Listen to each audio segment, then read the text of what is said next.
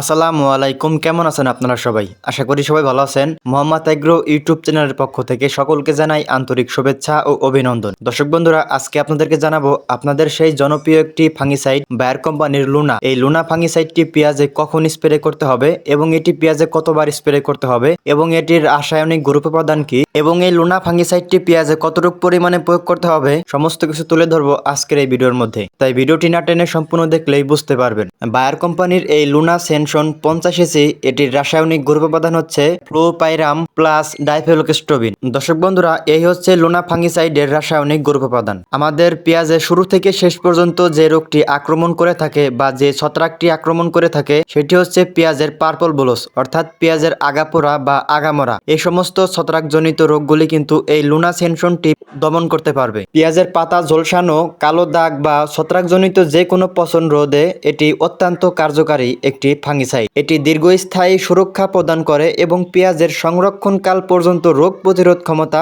বৃদ্ধি করে। যারা এই লুনা ফাঙ্গিসাইডটি পেঁয়াজে প্রয়োগ করেছেন তারাই শুধু জানেন এই লুনা ফাঙ্গিসাইডটি পেঁয়াজে কতটা কার্যকারী একটি ফাঙ্গিসাইড। দর্শক বন্ধুরা, এবার আপনাদেরকে জানানোর চেষ্টা করব এই লুনা ফাঙ্গিসাইডটি আপনার পেঁয়াজ বা রসুনে কতদিন বয়স থেকে স্প্রে করতে পারবেন এবং এটি কতবার পেঁয়াজে স্প্রে করতে হবে। পেঁয়াজের চারা রোপণ থেকে শুরু করে পেঁয়াজ গাছের কুশি পাতা যখন বৃদ্ধি হতে শুরু করে, অর্থাৎ পেঁয়াজের নতুন কুশি পাতা ছেড়ে পেঁয়াজ গাছগুলি যখন একটু বাড়বাড়ন্তি হতে থাকে, অর্থাৎ 40 থেকে 45 দিন বয়সে প্রথমবারের মতো এই লুনা ফাঙ্গিসাইডটি প্রয়োগ করতে হবে। দ্বিতীয় স্প্রে করতে হবে পেঁয়াজ কোবানোর পরে, অর্থাৎ পেঁয়াজ গাছের যখন পাতাগুলি একটু মোটা হতে শুরু করে, পেঁয়াজ গাছগুলি একটু বড় হতে শুরু করে, এই সময়টাতে পেঁয়াজে দ্বিতীয়বার মতো এই লুনা ফাঙ্গিসাইডটি প্রয়োগ করতে হবে। অর্থাৎ পেঁয়াজ গাছের বয়স যখন 60 থেকে 65 দিন হয়, এর মধ্যে একবার প্রয়োগ করলে পেঁয়াজে ভালো রেজাল্ট পাওয়া যাবে ইনশাল্লাহ এবং পেঁয়াজে ভালো ফলন পাওয়া যাবে। দর্শক বন্ধুরা, এই লুনা ফাঙ্গিসাইডটি পেঁয়াজে কিন্তু 2বার প্রয়োগ করলেই যে সকল ছত্রাকের কথা বললাম এই সকল ছত্রাকগুলি কিন্তু দমন করতে পারবেন খুব সহজেই। এই লুনা সিস্টেমিক ফাঙ্গিসাইড হওয়াতে